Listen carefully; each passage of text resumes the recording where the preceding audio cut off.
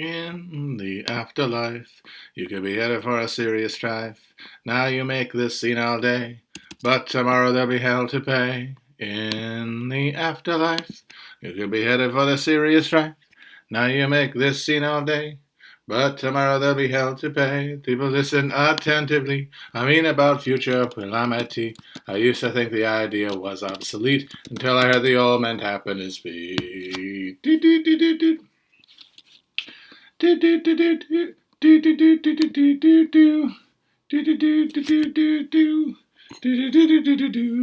is a place where eternally fire is applied to their body. Teeth are extruded and put to ground and baked into cakes with are passed around. In the afterlife, and the very other serious strife. Now you make this scene all day, but tomorrow there'll be hell to pay. Beauty, talent, fame, money, refinement, tap, skill, and brains are all the things you try to hide, will be revealed on the other side. And the D and the A and the M and the N and the A and the T and the I-O-N. Lose your face, use your name, then get fitted for a suit of flame. The D and the A and the M and the N and the A and the T and the I-O-N. Use your face, lose your name, then get fitted for a suit of flame. Does anyone remember that song? Is anyone a geriatric millennial? And we can name that song? Or is that before your time? I'm going to see if I get anything from you people.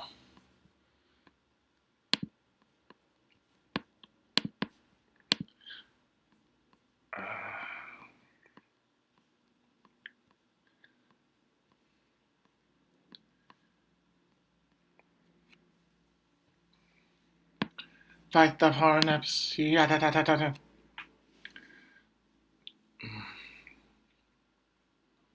Squirrel nut zippers, that's correct. Hell. People think of squirrel nut zippers as part of the swing revival, but they really were kind of doing a different thing than like your cherry poppin' daddies or your big bad voodoo daddies. I will confess that I, in fact, had that album. I had the Cherry Poppin' Daddies album that had Zoot Suit Riot in it, which, terrible. That classic example of why I didn't buy records when I was a kid, because it always seemed like a bad deal. You're taking a bet that any of the other songs on the album are going to be as good as the song you heard. And yeah, nothing on that fucking album is anywhere near as good or as catchy as Zoot Suit Riot was. But I also own the Squirrel Nut Zippers album, which is really good. Hell, I believe it's called. Is it Hell? Or... There's a lot of solid songs on there. I will defend them, and that's one of them.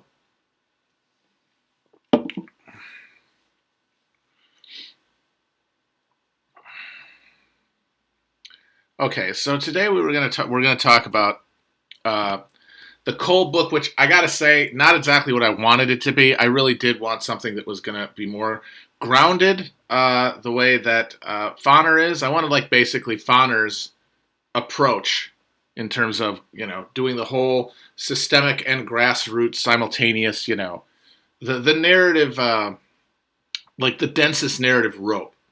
And I'm sure there is one like that, but I'm not as well read on that historical era to know what it is. And it was not Kolb, I must say. It was a little too removed from the action, as it were. So I don't think we're going to read the rest of it. I want to, and besides, I'm feeling like I want to move forward anyway. I mean, I've been looking backward out of despair, and I've realized, like, well, what is this? This is an expression of despair. And I realize that a lot of what I talk about is trying to articulate despair and what it means to be politically self-aware in a time of despair. And people can, of course, say, oh, there are plenty of times in history when people have felt political despair. This is classic navel-gazing, presentist narcissism, typical of a millennial. To assume, oh yes, this time it's different, as though there had always been a period where everything felt hopeless. And I will say, of course that's true. But I would also posit that the totalization of capitalism, the totalization of our world system, the totalization of our information matrix, the totalization of our access to information, means that we have reached a theoretical barrier of human potential that is unrivaled in history. Because almost every point of total despair you can point to in world history has had the possibility of transcendence within it. Because as much as the world seemed hopeless, there was space to imagine some sort of transcendence, some sort of upward movement, ascension, rather than endless declension and sickness unto death.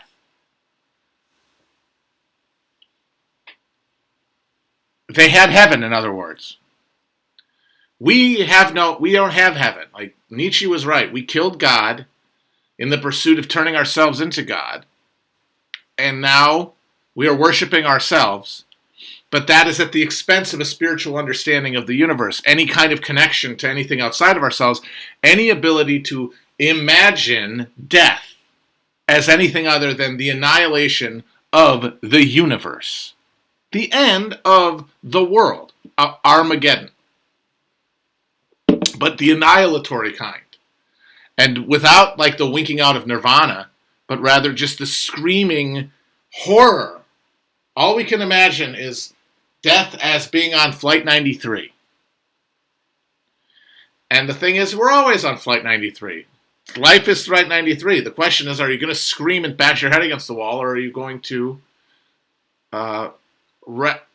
defeat the fiction, the fantasy, the false delusional belief that is generating the fear, which is that there's anything to be afraid of, which is that death is some sort of insurmountable annihilation. That's not the case.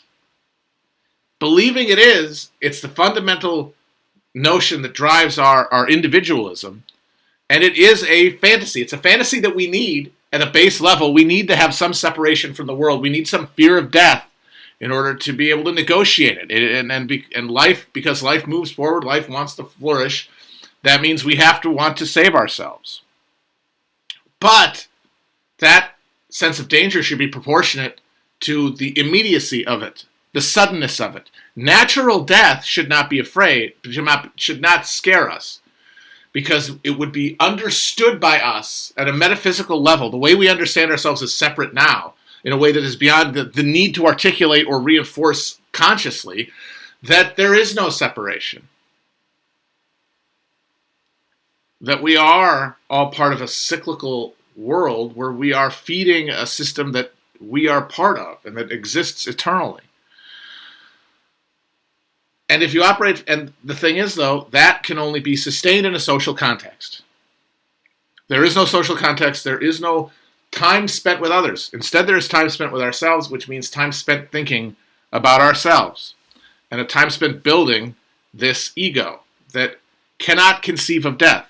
I think this is all shit that Ernst Becker talked about, denial of death. I'm assuming. I never read it. I have never read any of these books. People keep saying, hey, you sound like him. And it's like, yeah, probably. I'm getting it. I'm getting it without having to do the reading.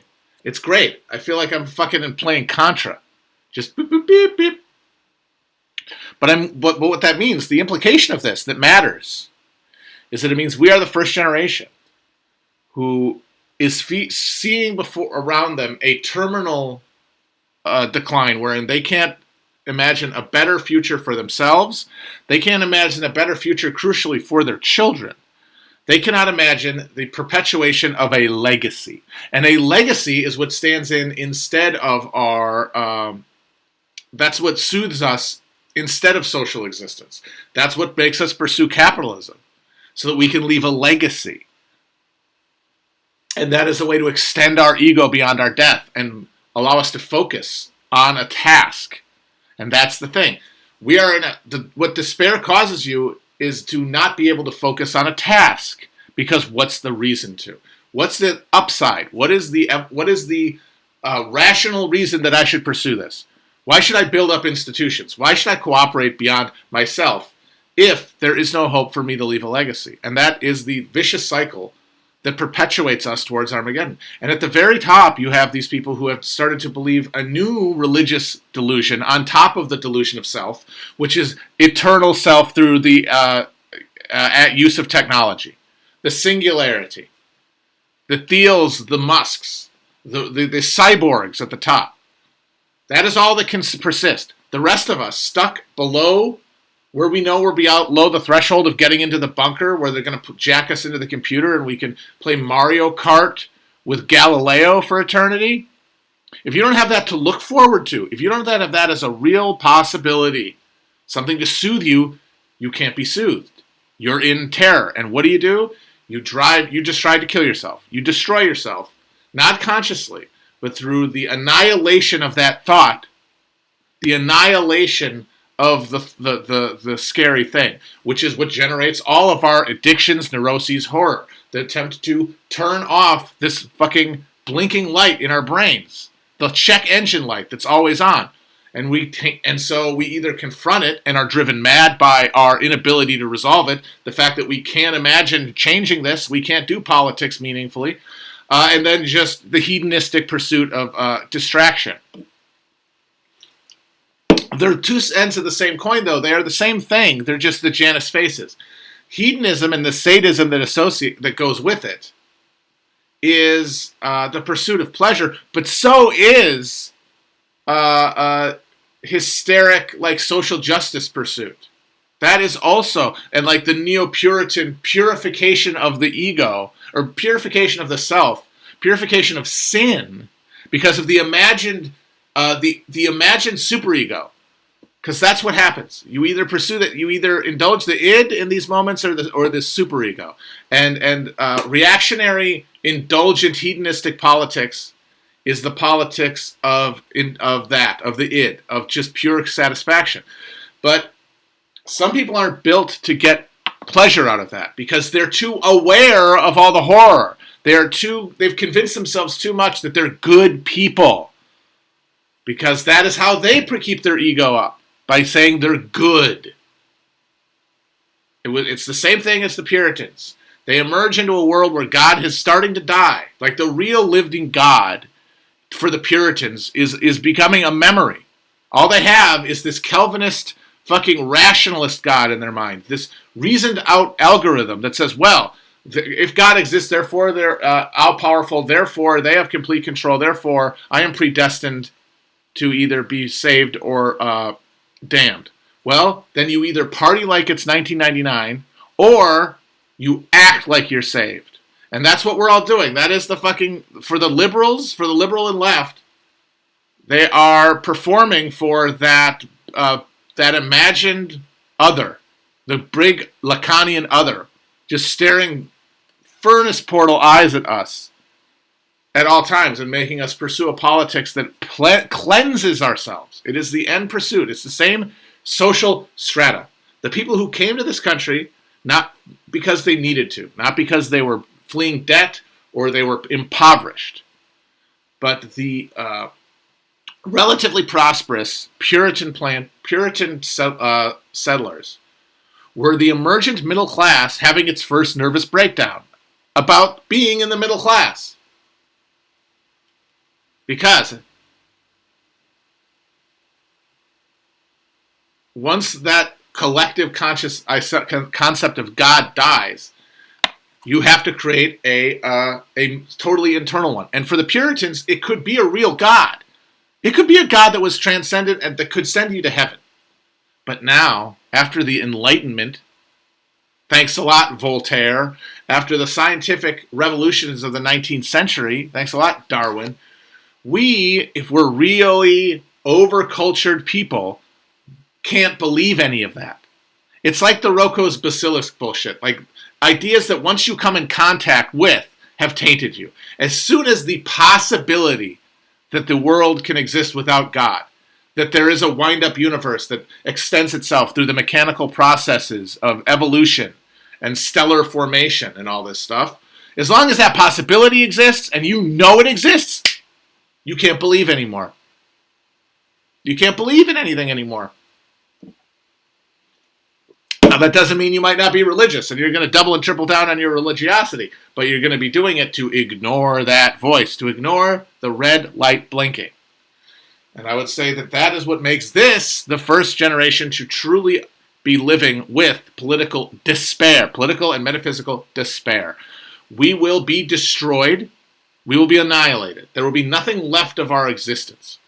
In the near term, planetary extinction, because once again, if you know that there's a possibility that the thawing of the permafrost will unleash a chain of events that will cause Earth's atmosphere to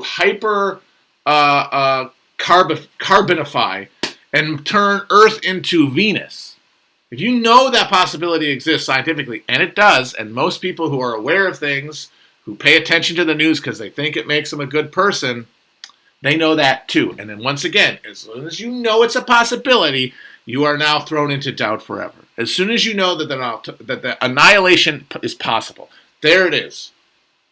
And we know that the course is putting us in that direction.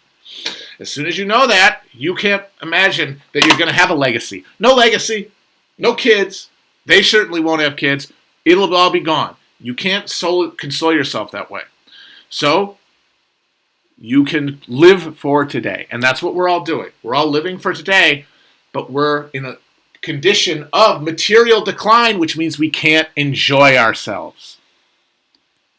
We can't enjoy ourselves because even as we indulge less and less, and the indulgence is less satisfying over time. We're stuffed. We're muncher.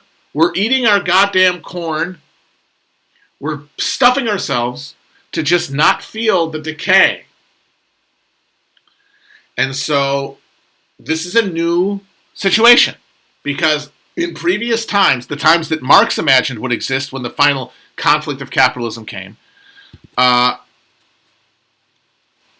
when you have a system where there's it's creating so much human misery and alienation, and there's nowhere for it to go. We're now in a global system. There's nowhere to vent the steam. The frontiers really are over, and all the new ones are fake. Like the media, it's all just a way to scam us into staying in the system while they fucking try to flee to their fucking cyber bunkers. Like that, all that stuff, all these new speculative investments that we have, like crypto fucking currency and NFTs and all this shit. This is just like when in the 1920s they gave stocks to people.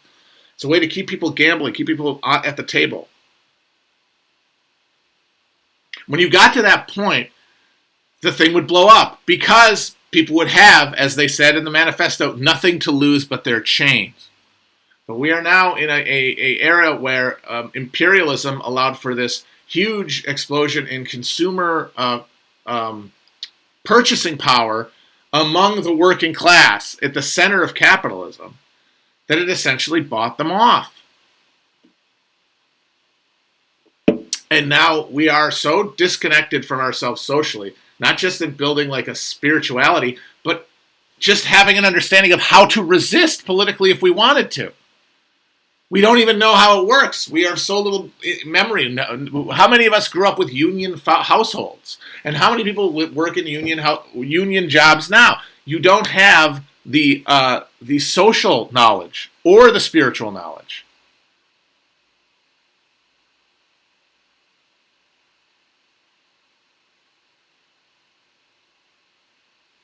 Oh, I gotta close the blinds apparently. Fuck.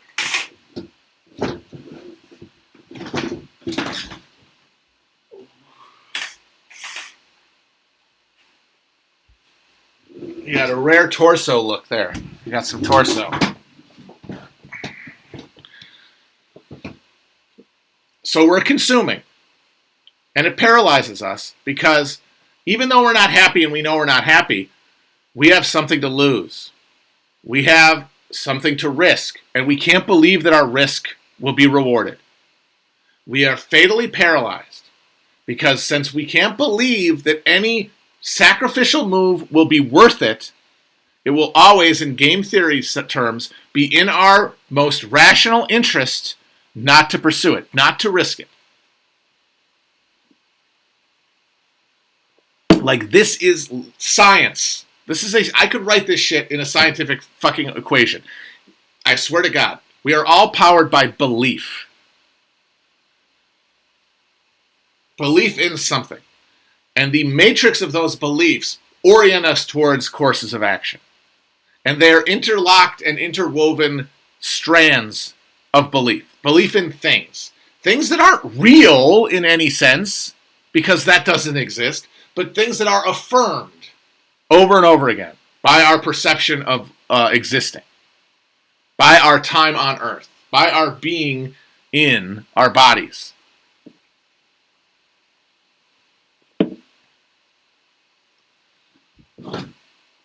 No, it's not idealist, because I'm saying that's why people do what they do, but they don't know what these things are. This isn't something they're choosing. This is inflicted upon them by their life, by the experiences on earth they have, which are determined by their material placement. They are where they are, what they emerge with, what they perceive, what their lives are, determines what they believe. That is why this is not idealism. We are motivated by belief, but we don't choose those beliefs. Those beliefs are chosen for us. We are wound up and set off, which means we are materially fixed.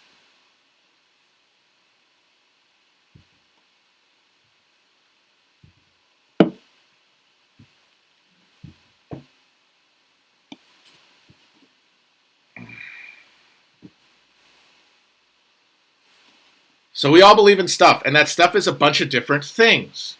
One of them, the front one that we need, one of the first ones, is the idea that we're a being that is separate from everything around it. And that's a necessary precondition for consciousness. In fact, it is consciousness.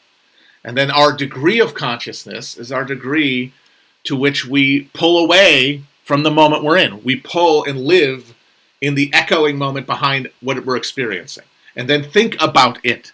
Because it is in that gap that we create a map of the future that we live in. And that projection is reality. It is a self-generated movie, a backdrop, a hologram. And what makes that up is what we've experienced. Garbage in, garbage out. The thing that determines our action is the specific arrangement of those experiences. Those time and place that these things happen to us. And over time, that creates an emergent property of consciousness that then bootstraps you into being a actual free will having conscious creature. It bootstraps it into existence because eventually you have so much time to build such a real world around you, a real future that you can inhabit by making decisions. The more you believe in that, the more your actions are determined by it and not by what is just happening around you. What's happening in your head right after what is happening to you occurs. And that is where actual free will, autonomous consciousness emerges. In that gap.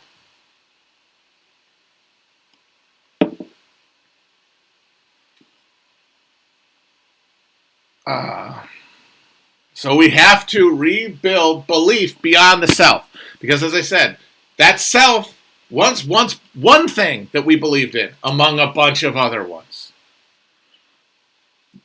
Our love expressed to the people around us. Our understanding of the world through the stories that they tell. And the rituals we perform around these stories. That are framed around human flourishing.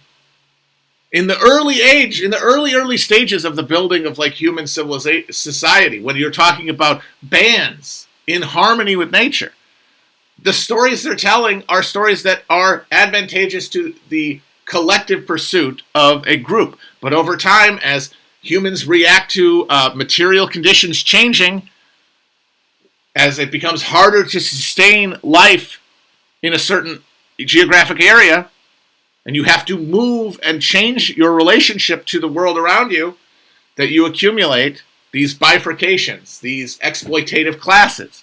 The one side of the divide of people who can spend the time in their head long enough to wield a tale and tell a story to those who are going to hear it.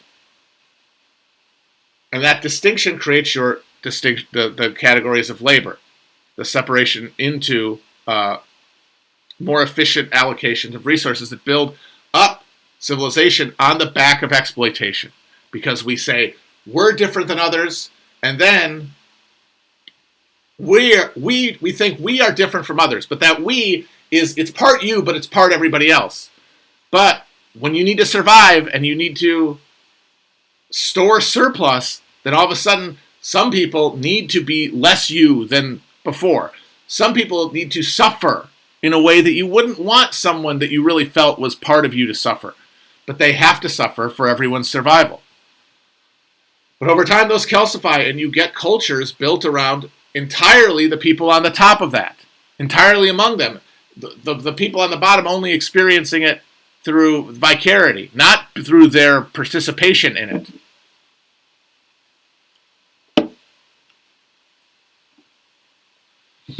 And that separation over time gets deeper and deeper, and then technology is created to allow it to sustain itself. Because without technology, none of this happens. Without technology, the hyper-exploitation of capitalism isn't possible. Because how do you get that many people to do that? Because there's more of them than there are of you.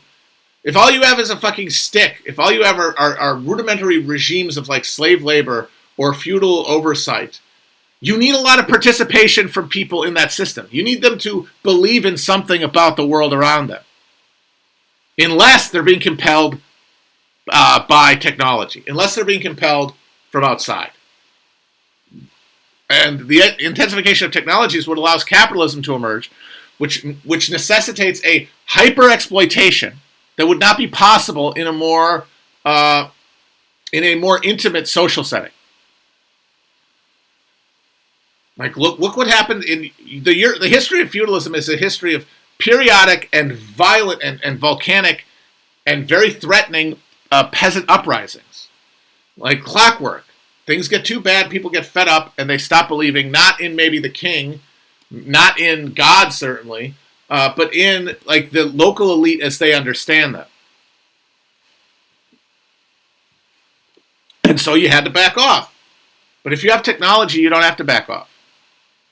You can bomb their huts. Like the Great Peasants' War of the 1520s, that was put down by fucking guys with sticks, just like the guys with sticks who made up the peasant army. Of course, it wasn't totally even. Those guys had the soldiers of the aristocracy. Of course, these are regal knights, descendants of the fucking Teutonic knights and shit. They have armor, they have lances, they have horses. But that's about it. Maybe, at this point, maybe a fucking couple of early cannons or arquebuses? Holy shit. This is basic, almost a level playing field. Now, post-capitalism, when you saw advanced industrial capitalism cutting through the pre-capitalist world like a fucking buzzsaw, you saw the exploitation that never could have existed in any other system. It just explode across Africa and Latin America and Asia. And that's because of technology. It creates a distance in time between you and the exploitation that you are benefiting from.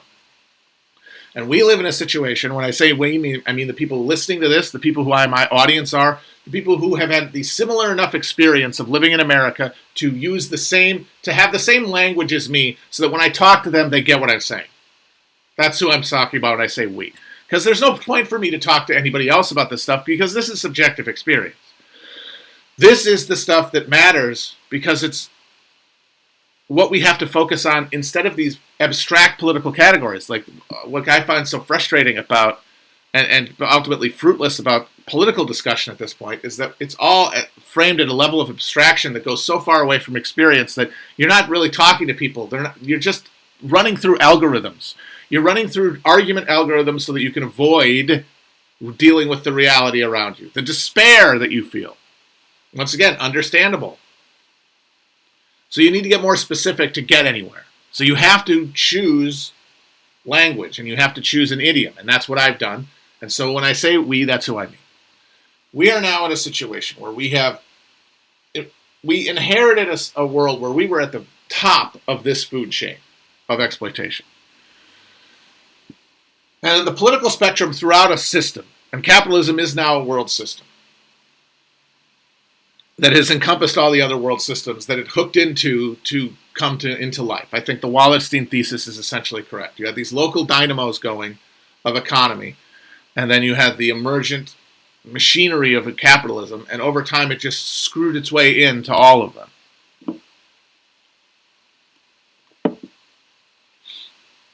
And what political ideology is within that framework, on the regular scale, on the scale of like, I still endorse the system as it exists, like the traditional left-right political scale, shorn of its extremes, the one where you could realistically engage in politics at an electoral level and invest yourself, which means even if you think you're at the extremes, I'm sorry, if you care about who's president, you have invested yourself in this thing. And so even if you don't believe in it, your actions validate and reinforce a system that has this orientation. Exploitation is unavoidable. Exploitation and misery within the system is necessary. It is fueled by it. It is this grease that runs it, even though it doesn't have to. Even though we're now at a point where we have enough technology to distribute much more equally and less neurotically, and remove a lot of just these persistent social canker sores that are created by our need to dominate, like the anxiety created at the top of this relationship. Not to mention the horrifying misery at the bottom of it. You don't need either of it. But because we're stuck in the short term and we don't believe other people are real, we have to pursue our most selfish interests all along the line. And then our politics just become a question of, well, how do we orient ourselves towards that? And that really is determined not by how good you are as a person, but aesthetic preferences that are generated by your lived distance from exploitation. Liberals and conservatives do form a real, authentic political spectrum, left-right. But it is understood as, I think, not about ideology. It should be understood as a relationship, a time-space relationship to exploitation. The right wing is oriented around living near the point of exploitation, which is why the right wing, in America anyway, is the final expression of the planter ideology of the antebellum slave-owning class. Sitting on your veranda, watching others labor for you. All that idle time, but right next to the point of misery. Sitting there and watching it happen, and having to consider yourself the protagonist of history, a good guy, in some way. You build a politics around that. Liberalism is in America is the descent of the politics of those Puritans who settled the North, the land that was, there was no slavery there, not necessarily because of how good they were, but because the fucking geography didn't allow for it. There were slaves in Salem. Tituba was a slave. But slavery couldn't persist and thrive there because it was all fucking clay and gravel. There's no rich, real loam in New England. The best you could see in that part of the country is a hard scrabble subsistence farmerhood. That's why they all became fucking merchants.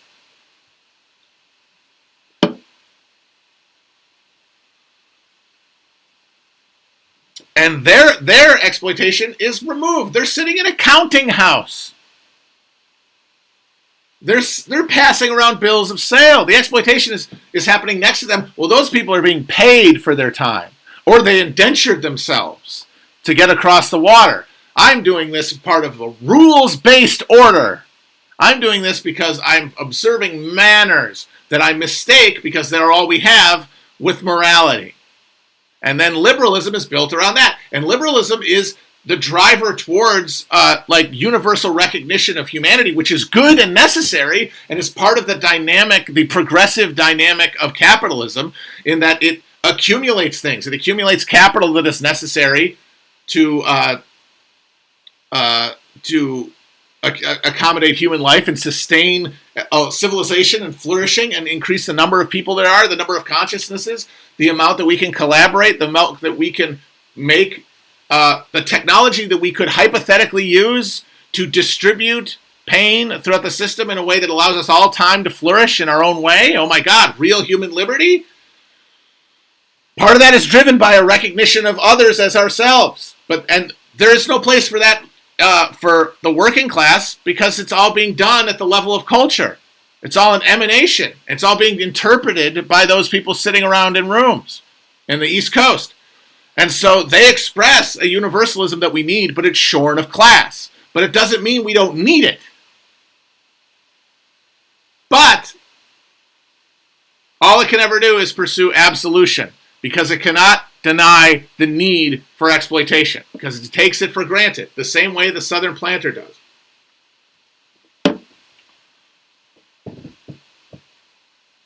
And so what are we seeing in this crisis moment when, the world's getting worse and worse? How is America going to thrive? I.e., how am I going to be able to feel good here? And for the descendants of the planters, the answer is, well, we just hyper-exploit people. What are you talking about? We have fun. We embrace in our carnivalesque evil, but that we have decided is good. Like, we're all Christians. Now, in our cosmology, Jesus is Satan, but it's Christianity. It's like the same thing LaVey did, only less self-consciously. Like LaVey is just, Anton LaVey's Satanism is just pointing to Christianity and saying this is the logical progression of this. Not that it is the inversion or denial, negation of it. It is the next iteration of the same thing. Because you guys worship Satan too. So great, we'll be Satan worshippers together. We'll dance in the fucking ashes. We'll cough in each other's mouths, and because we're fuck your feelings. And that, of course, is right. That is Trump, right? That is Trump. That is the id desire expressed by Trump. But what the liberals have to respond to that is not liberatory politics. It's no, don't you understand? The pleasure in life is feeling like a good person, and that means we have to sacrifice for other people. That means we have to decarbonize, and we have to degrow, and we need to cleanse ourselves of the sin of being born in this position of decadence, to be living atop this mountain of misery. We're going to cleanse ourselves. But that just means that I have to feel worse about being who I am, and I need to punish other people who are heretics, who don't feel bad enough about who they are. Meanwhile, the machinery of exploitation continues, but at arm's length. We don't put up a wall. We do the same thing, but we wouldn't put up a gaudy wall. Maybe we use drones and fucking proxy armies to maintain dictatorships in other countries that can catch them before they get to us. We use apps. We don't need servants because we have apps. We get an abstracted form of exploitation where we get less pleasure. We have to save. We have to drive tiny cars or no cars at all and ride bikes, and we have to eat less meat. We have to go on vacation less.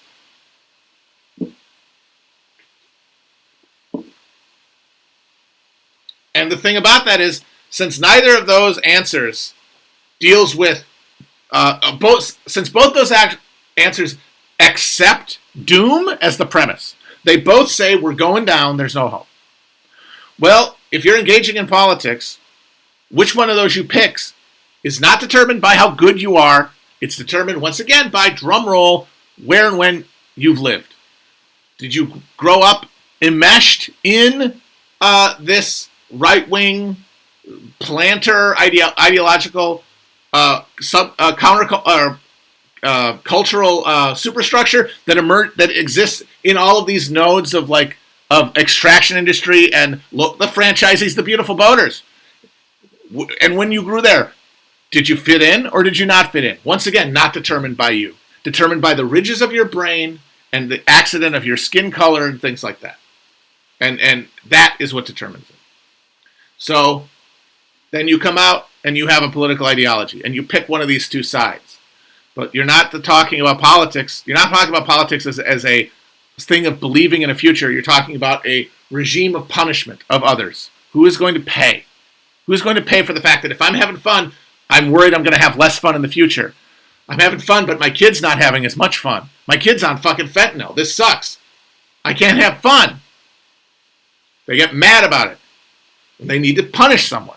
Same way that people who see everything getting worse around them and feeling more guilty about it, need to punish somebody. And that is why we have these dueling sadisms that make up politics at the level of the electoral, at like the conscious level. And this is why I get back to, if we're in this age of despair, and despair is born of lack of belief in anything but the self, then we have to go one more step. We can't go all the way back. The reactionary idea is that we're going to get some of these beliefs back. Can't get any of them back. They're gone. Once they're gone, forget. As I said, as soon as Darwin is a possibility in your mind, as soon as it makes sense to you, you can't believe anymore. Not the way you did. And that happens to everything. We can't believe in anything else anymore. So what do we got to do? We got to take this next step forward, which is to abolish that last pesky thing that we believe in. We have to step on the gas individually, become individual existential accelerationists. Let's use that term, existential accelerationists. And we need to, by one way or another, believe in the possibility of something other than ourselves enough to reduce that belief in self. Because the beauty of it is, it's got to go somewhere. When you squeeze on it, it's got to go somewhere. Because belief is what powers your fucking blood in your veins. You don't get to choose it. It's why you breathe when you're asleep. It's not going anywhere unless you want to die. And if you don't want to die, then you believe in something.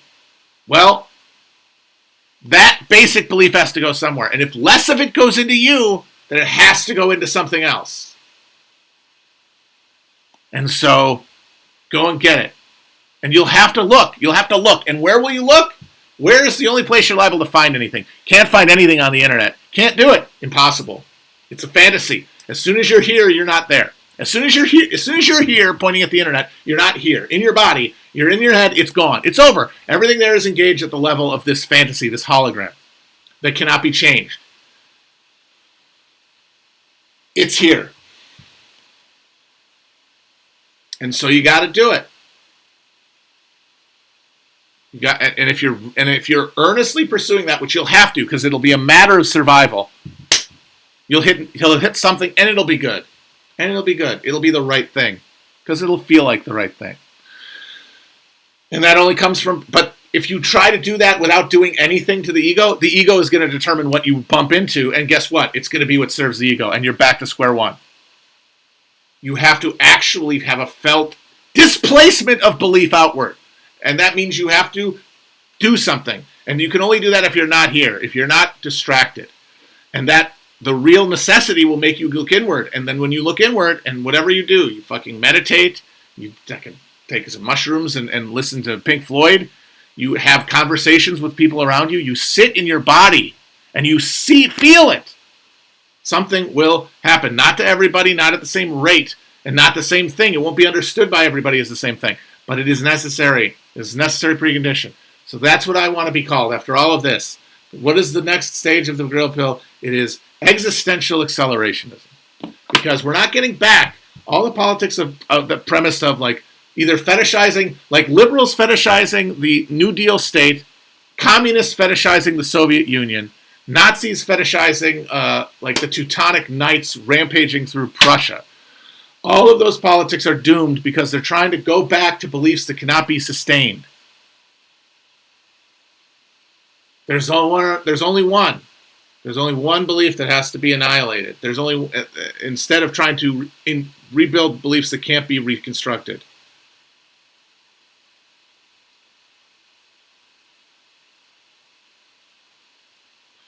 All right, I was supposed to talk about that Weimar book, and honestly, I feel like I kind of said everything I wanted to about it.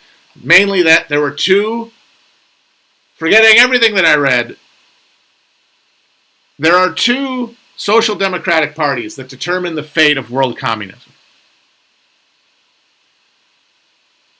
The Social Democratic Party of Germany, the first large-scale mass labor party in Europe, and in the world, really. Because America, they had the Democratic Party, but the Democratic Party was never a workers' party.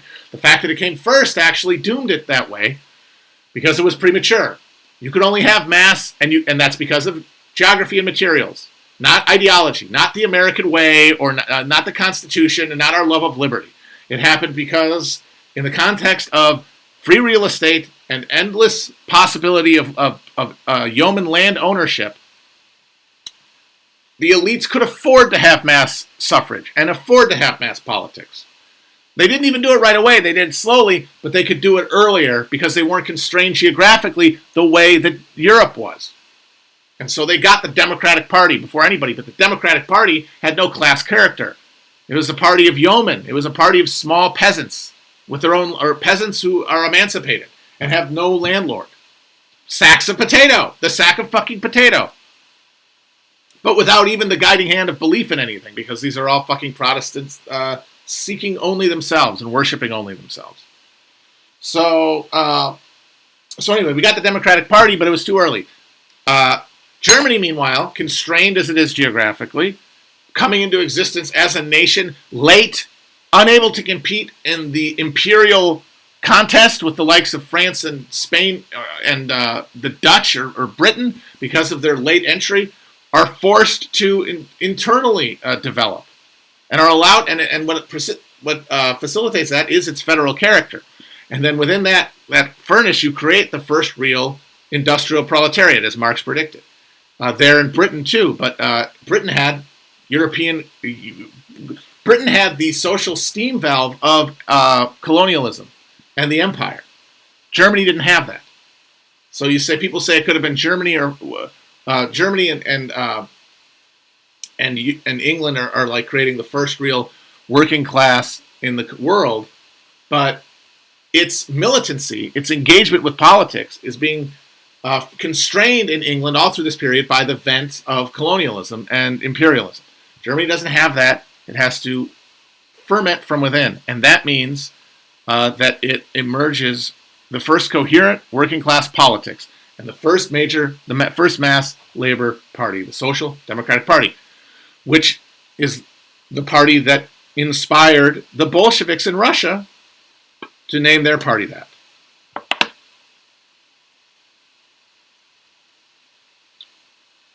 And I would say that the question of why we didn't get the communism is that, why we did not get the communism when we needed it. And that really was when we could have got it.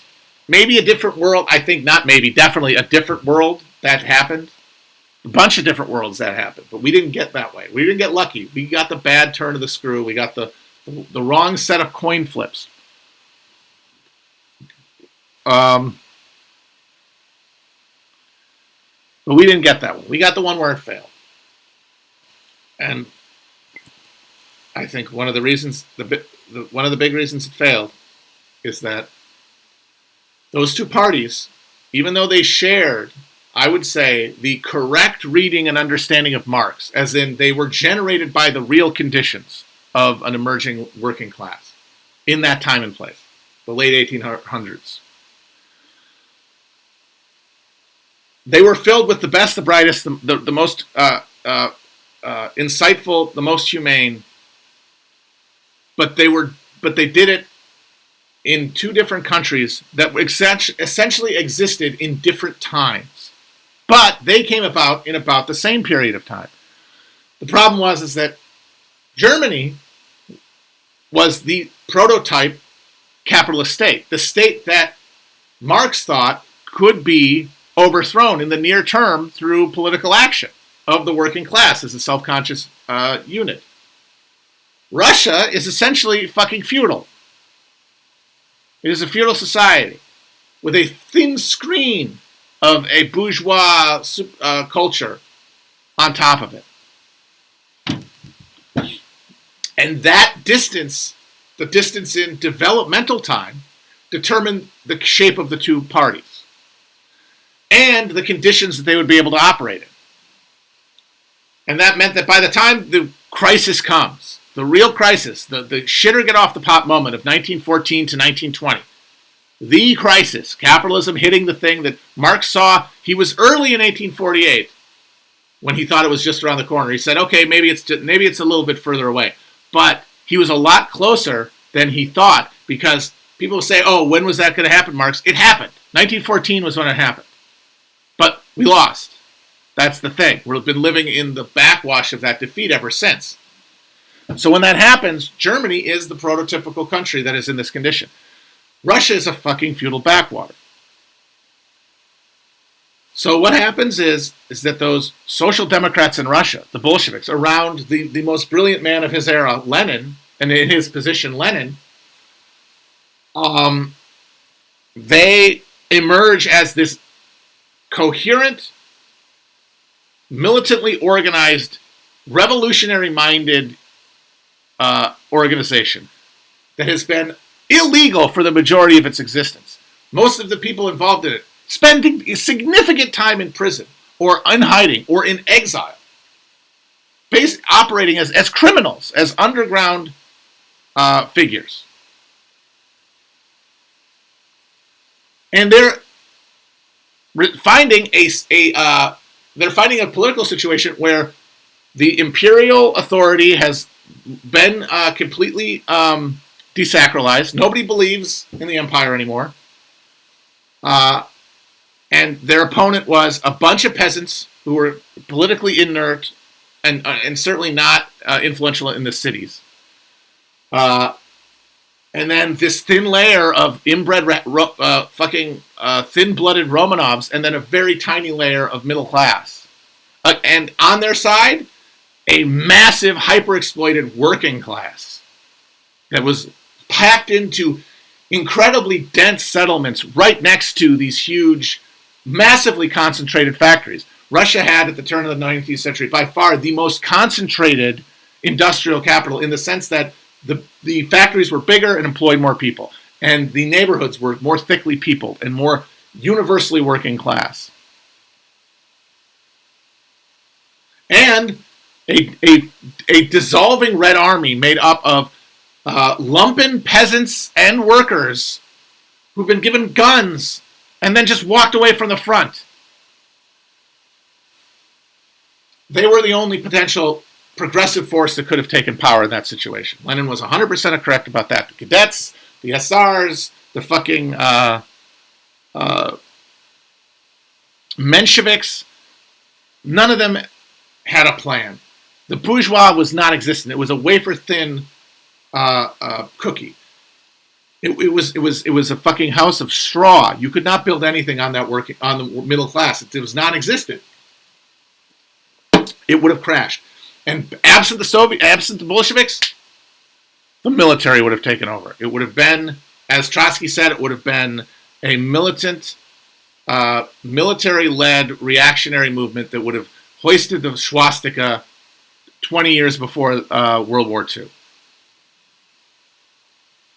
Hell, 10 years before the fucking, 2 years before the Nazis were even founded.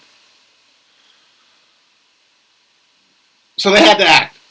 But it's Russia. It's a backwater. Even if they take power, they're going to be in immediate war with the Western powers. They're going to be isolated.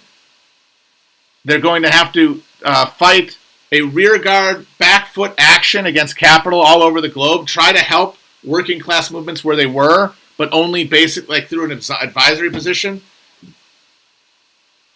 And they would have to industrialize a country that is a fucking backwater. If they are thrust into the world of party conflict or of multi-state competitive conflict, which is what capitalism was birthed out of. Innovation of capitalism was birthed out of the state conflict within Europe. The United States became a Hamiltonian developmental state, even though nobody at the ground level wanted that. Not even the fucking slave owners. They had an entire political articulation opposed to it, and the masses of people were absolutely opposed to it. But they had to compete. And that need to compete is what organized us into the state we became. The need to compete would organize them into caring about themselves as a state, not as some sort of revolutionary vanguard. They wouldn't be able to act that way anymore. So what would be the point of fighting? Well, why can you fight? Well, because this is going to be the spark that lights the fuse, dummy. We're in the end times. This is the big contest. The Germans will take it from here. That was the theory of permanent revolution that Trotsky conceived of. That was the thing that was in Lenin's mind when he sat those fucking dumbasses Kamenev and Bukharin and fucking and told them, bitch, we're going. It's because they believed. They believed in the world revolution. And so around the same time, the same thing happens in Germany has happened in February a year earlier in Russia. And that is the fucking rubber band snaps. Kiel. The war is over. The Germans have been defeated, stunning everyone because they believed the propaganda. And honestly, the position on the field had been pretty stable. And the deterioration of the Germans' position was very sudden and late, so shocked the entire country. The British, but at least the war is over. The butchery is over. Well, the German High Fleet up there in the Baltic, commanded by a bunch of old psychos, like people who thought they were Teutonic Knights, like blood-drinking maniacs of the feudal remnant, but like the Junker par excellence. They decide that they got to go out with honor. So they're going to fucking pick up stones and go out to meet the British Navy and go down into the ocean. Instead of turning over their glorious ships of the line to the British. And the troops say, and the sailors, the common sailors say, fuck you.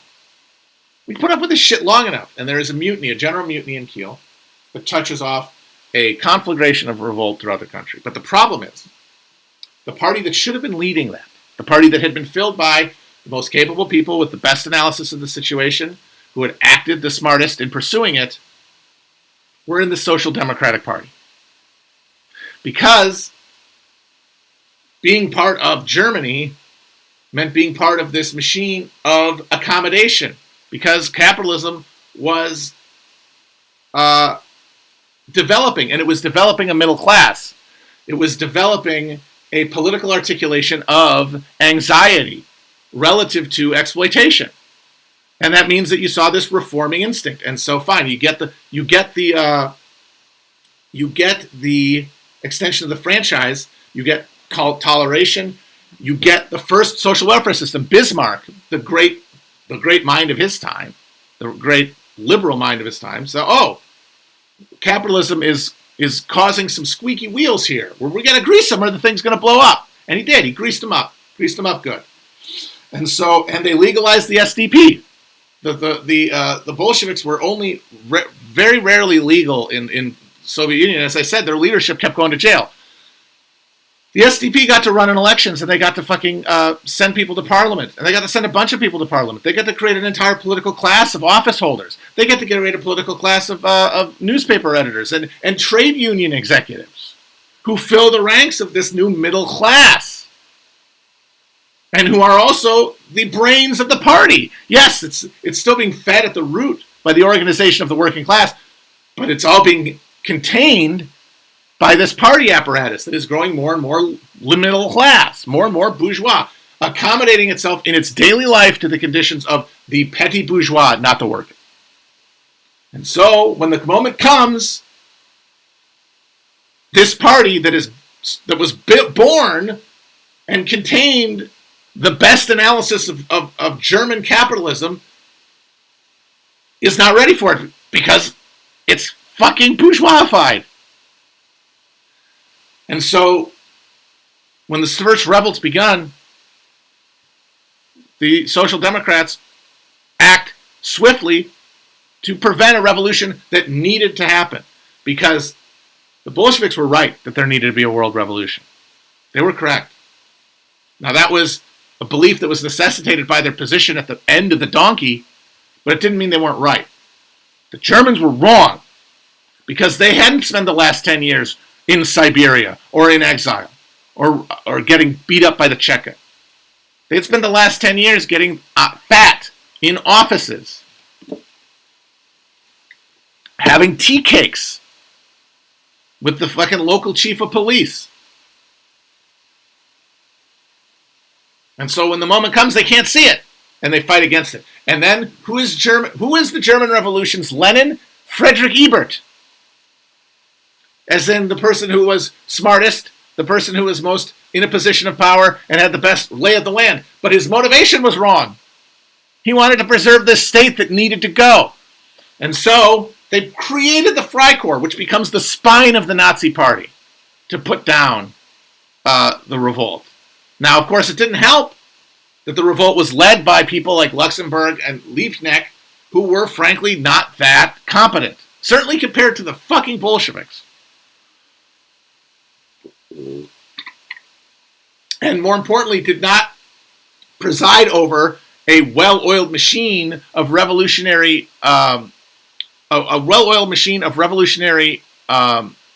discipline like the Bolsheviks did.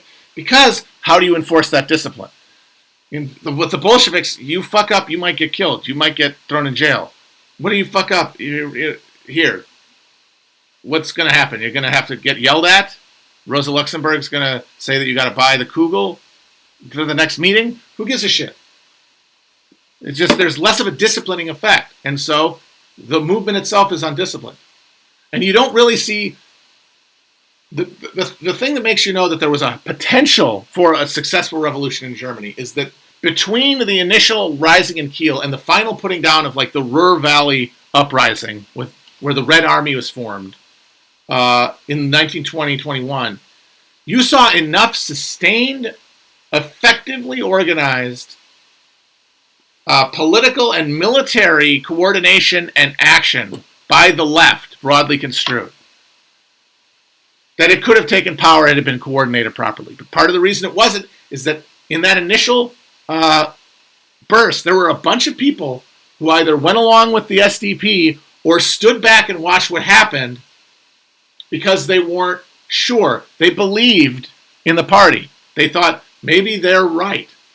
And then it was only later, after the establishment of the post-war government, and certainly of the post-war government, and the creation of like an all-powerful president and all this, and the refusal to carry out any meaningful socialization of the economy, they started rebelling.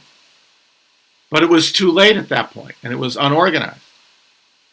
And that is because of time and space, determining the fact this thing all explodes at once, but it is unevenly divided and it's unequally developed. And so it spreads across the world and it hits different places at different points. And then the need to compete drives it forward. Like the Russians didn't want to fucking do capitalism. Nobody did. They had to do it. Sergei Vida had to pull them by their nipples to do it because they were in a competitive state framework.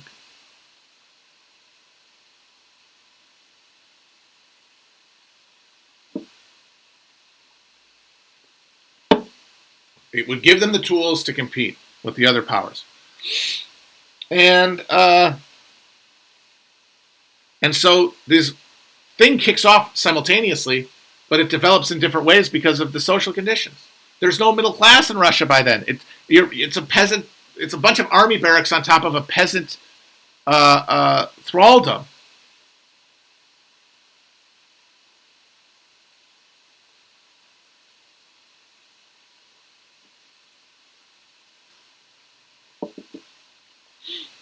And that means that the parties develop differently. They develop, but the thing is, capitalism is going all the same time. It's on its own clock. It's developing separately at different things at different rates because of the conditions in Germany versus in Russia. But the thing itself has a clock. A clock. Once it strikes, the thing will go into fatal crisis, and that is what we got in 1914. And what we got through it is the suppression of communism in Europe, and then the assertion of a global capitalist empire that slowly, Wallensteiningly, steamrolls capitalism over the rest of the world at the expense of the people who live there, and the ability to create massive amounts of surplus that can be enjoyed relatively guilt-free at the center of capitalism. To distribute the spoils of empire.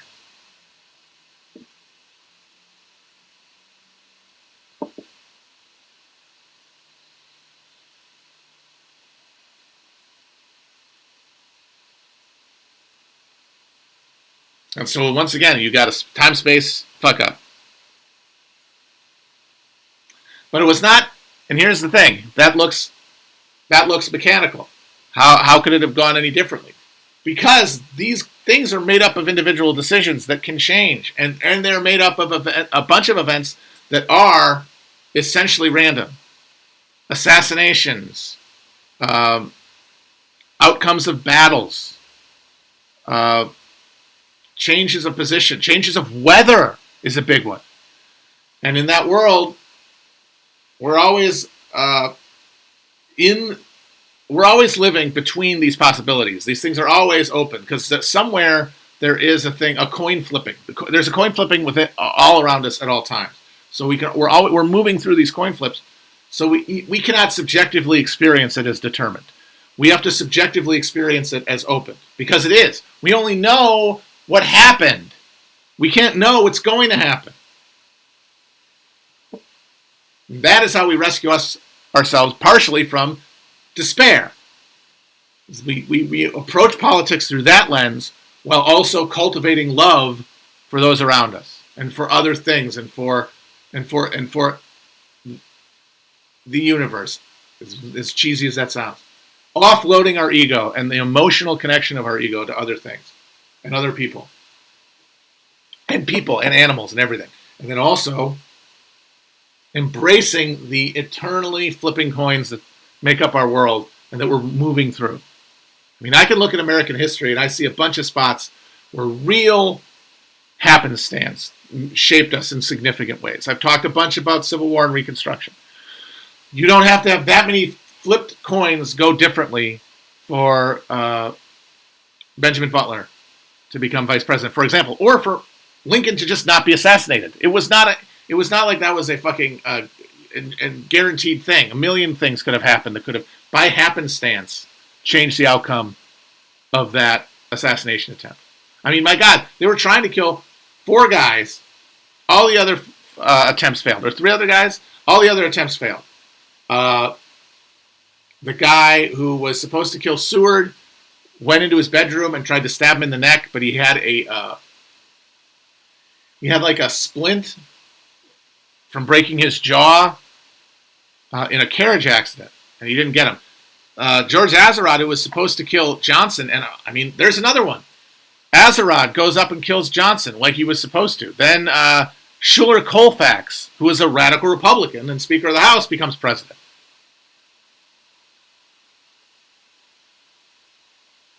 It wasn't a neck brace. That's incorrect.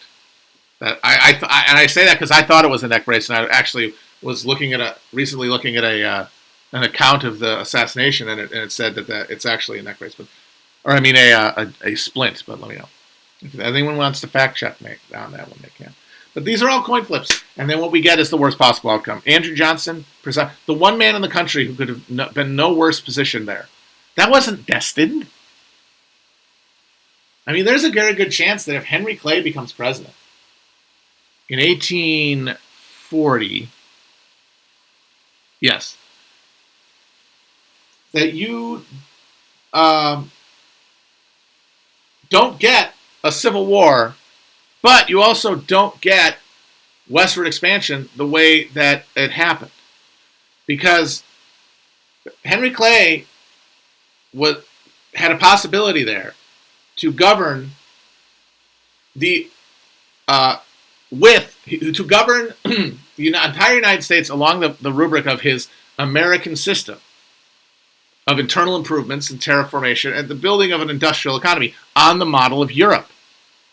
But that would have required the slowing of westward expansion and the eventual end of slavery. Now, obviously, that system was resisted by the South very strongly. And they said, hell no, what are you doing? We want to expand. We need to expand. And they were always able to succeed at that with the people electorally because the economy kept fucking collapsing, and giving land out for cheap became the only real way to raise revenue for the government and provide any relief for people, because there is no capacity, no desire for a capacity in the state to actually do anything. That's the minimalist notion of, because all the power is in private hands. The power to exploit being number one. The only difference between libertarians and slave owners is that they think that they need the piece of paper because they've been acculturated. And time and space has removed them enough from actual slavery that they have to have that piece of paper between them. But it's the same thing.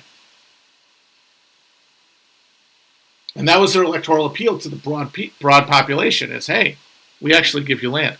Well, that was partially because the Whigs were never really able to hold power consistently.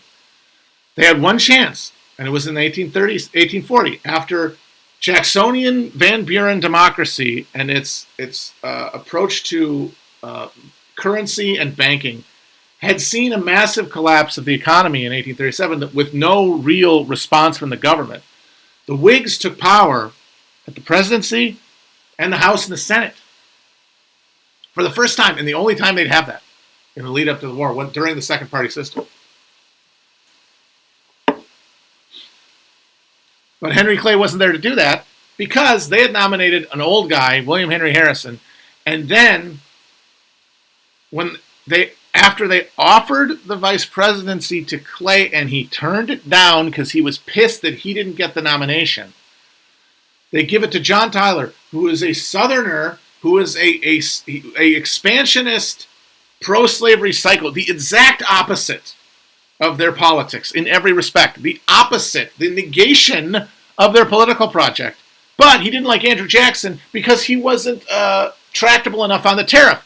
Literally an issue that the Whigs agreed with Jackson on. He becomes president. They put him on the ticket to say, hey, look, we're the Whigs. Anybody who didn't like Jackson, vote for us because, hey, that'll get you votes. And who cares who's vice president? Well, the pile of shit right behind the White House cares because look at this. The guy's dead, and now this guy's in charge. And he just put a stick in the spokes of the Whig agenda for the entire 4 years. Then the Democrats get in. You get, in quick succession, the recognition of Texas, and then the Mexican War, the final, the reach too far too fast that led to the inevitable sectional split. Well, what if the Whigs get in there and are actually able to deliver economic relief minus westward expansion? They slow the pace of westward expansion and develop internally and effectively to grow the economy that way and therefore get the support of some of those would-be yeomen. Is it possible? Yes. And if it's possible, then it could have happened. In this world that we otherwise inhabit and that feels so determined, right? Because there's nothing inevitable about John Tyler becoming president. Now you might say, yes, but at a much lower level, everything is determined. Yeah, but only in retrospect. So we have to always inhabit the ignorance of the moment. And that's what we can drive forward with. But only if we're motivated by the engine of love.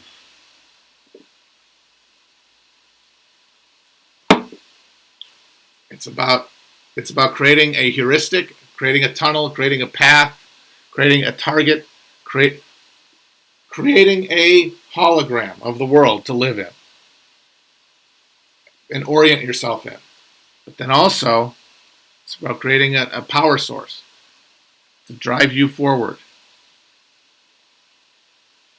And that can only be, that's a dumb spiritual process of breaking down.